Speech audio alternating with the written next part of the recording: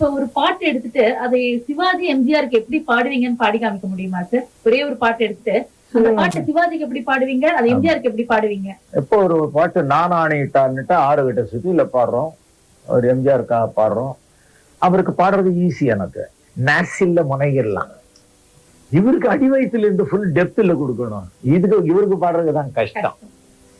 இப்ப ஒரு பாட்டை இப்ப நான் ஆணையிட்டான்னுட்டு அவருக்கு நான் பாடுறேன். நான் மேல பாடும்போது கஷ்டம் இல்லான்னு நினைப்பேன். குறைச்சி சுத்தியில தான் நான் பாருவேன். நான் ஆணையிட்டான் அது நடந்து விட்டார்.